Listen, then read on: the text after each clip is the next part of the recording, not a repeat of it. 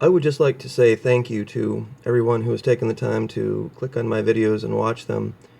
It's been kind of a humbling experience. Last 1st of November, when I put that video out, I was really just going to put it on YouTube just so I had a record of my having predicted it, just to show to friends or whatever. I didn't think it was going to take on a life of its own like this. So, for better or for worse, you guys have taken me down a road I never thought I'd go.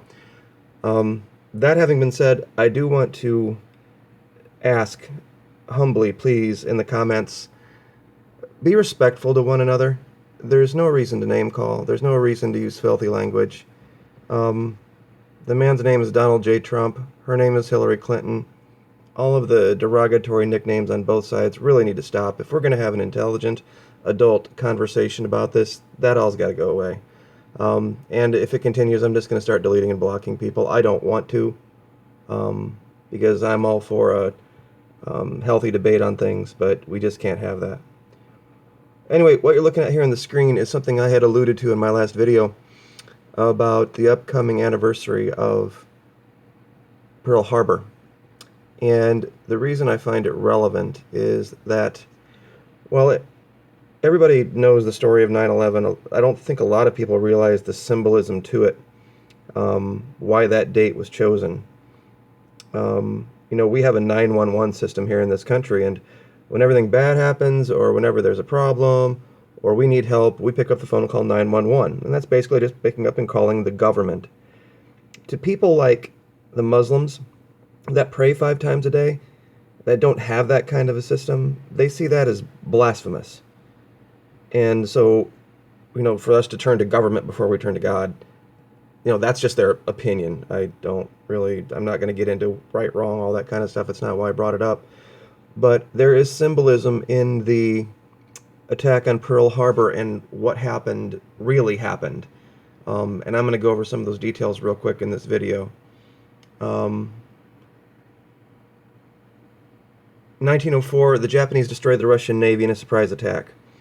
In 1940, FDR ordered the fleet transferred from the west coast to its exposed position in Hawaii and ordered the fleet remain stationed there over complaints by its commander, Admiral Richardson, that there was inadequate protection from air attack and no protection from torpedo attack. Richardson felt so strongly that he twice disobeyed orders to berth his fleet there, and he raised the issue personally with FDR in October, and he was soon after replaced. His successor, Admiral Kimmel, also brought the same issue with FDR in June of 1941. On 7th of October 1940, Navy IQ analyst McCollum wrote an 8-point memo on how to force Japan into war with the U.S. Beginning the next day, FDR began to put them into effect, and all 8 were eventually accomplished.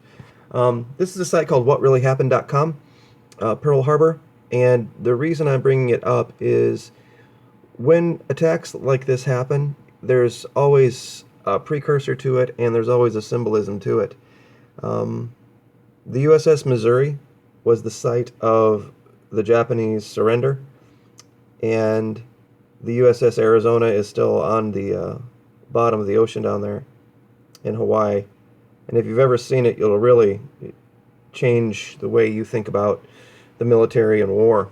One more thing I'm going to read. 11 February 1941, FDR proposed sacrificing 6 cruisers and 2 carriers at Manila to get into war.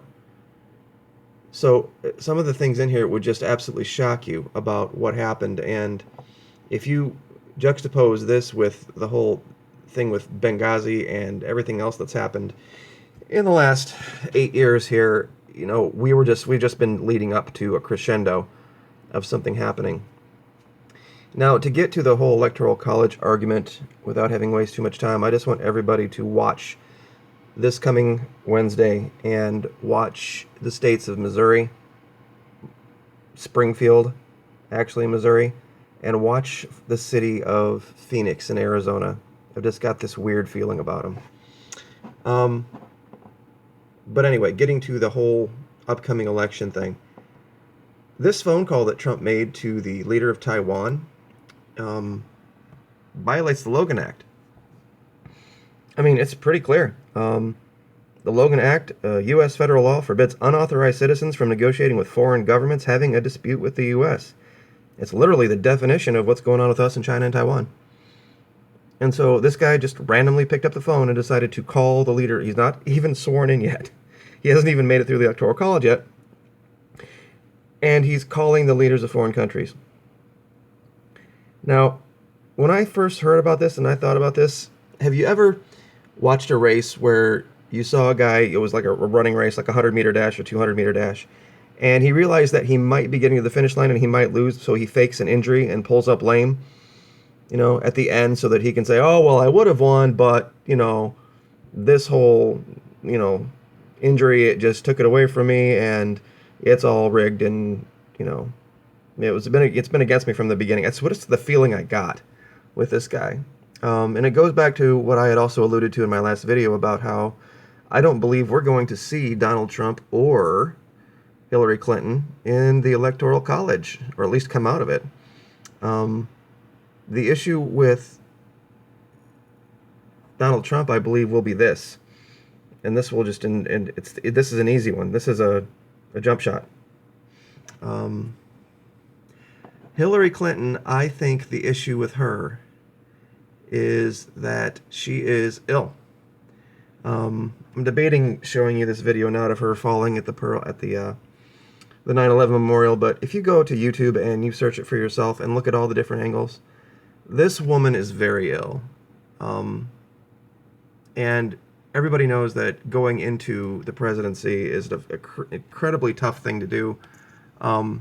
We see that when a president takes office 8 years later, he's been gray and just haggard and ready to be done with it. And if she's sick now, I just don't think she can, regardless of whether you agree with her, disagree with her, like or don't like her, I just think she's not physically up to it.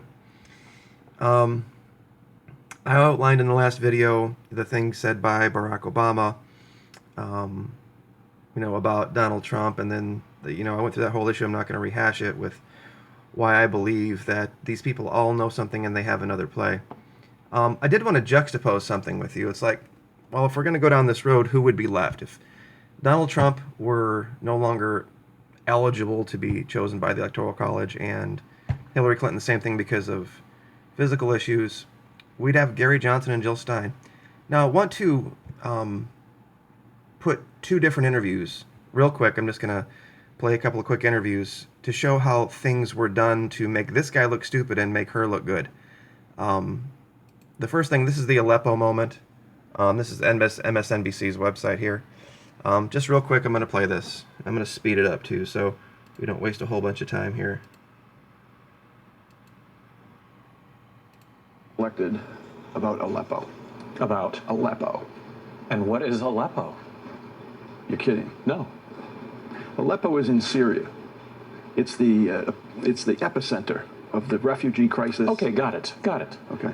Well, with regard to Syria, I do think that it's a mess. I think that the only way that we deal with Syria is to join hands with Russia to diplomatically bring that at an end.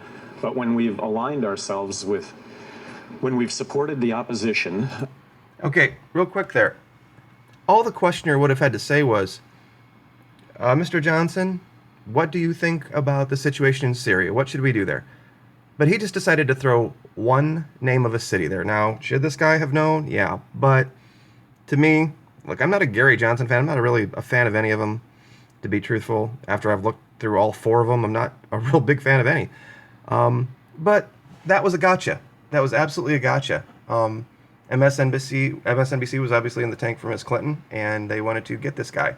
He's a libertarian, and so they lean more toward the Republicans than they do the Democrats. So, and I want to put this opposite.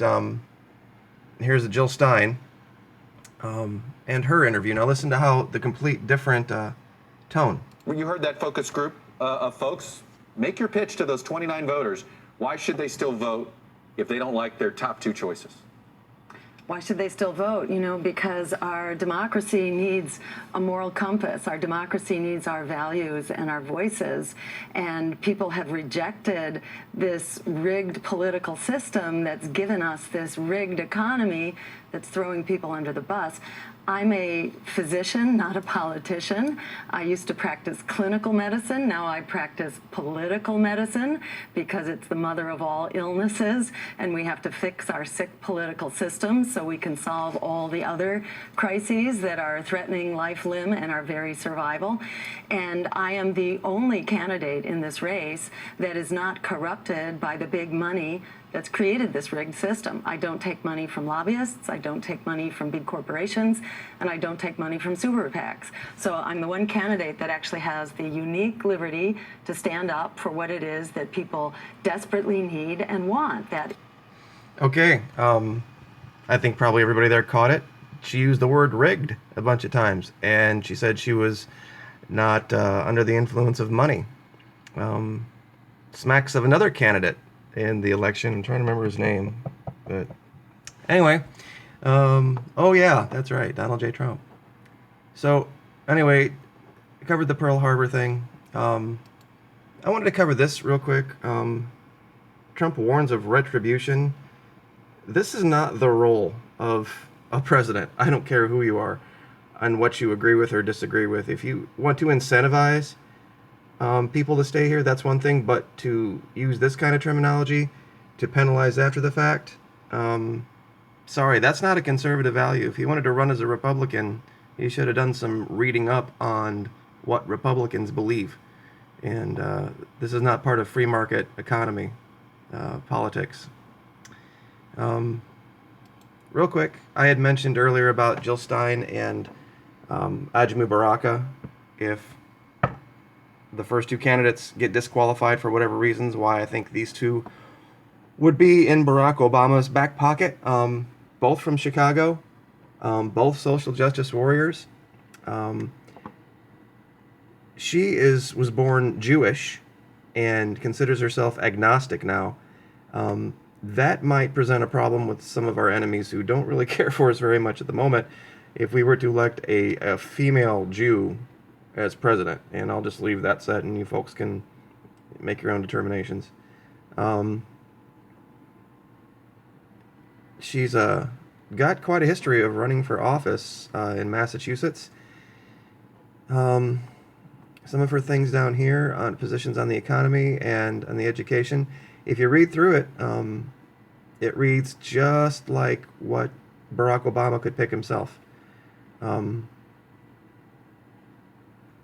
She did kind of attack Obamacare here. She didn't. She wants to do away with prisons, welcoming path to citizenship for immigrants. She wants to stop criminalizing whistleblowers. So she's got a lot of popular policies. And given her running mate Ajamu Baraka, he's a little bit more out there, but he's also from Chicago. He's a Vietnam era vet. He is for reparations for slavery. He's against the war on drugs. He's also against prisons. He condemns NAFTA. He condemns the TPP. He's a critic of Israel. I mean, this is pretty much just all of the calling card things that you need to do to be part of the New World Order, as they say.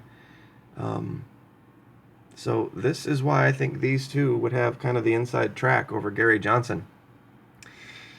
So agree with it, disagree with it. Comments are welcome, but like I said with the earlier caveats, name calling, filthy names, disrespectful titles and nicknames, they're not going to be tolerated. So anyway, God bless, and Merry Christmas once again. Pearl Harbor coming up this coming Wednesday, the anniversary, 75 years.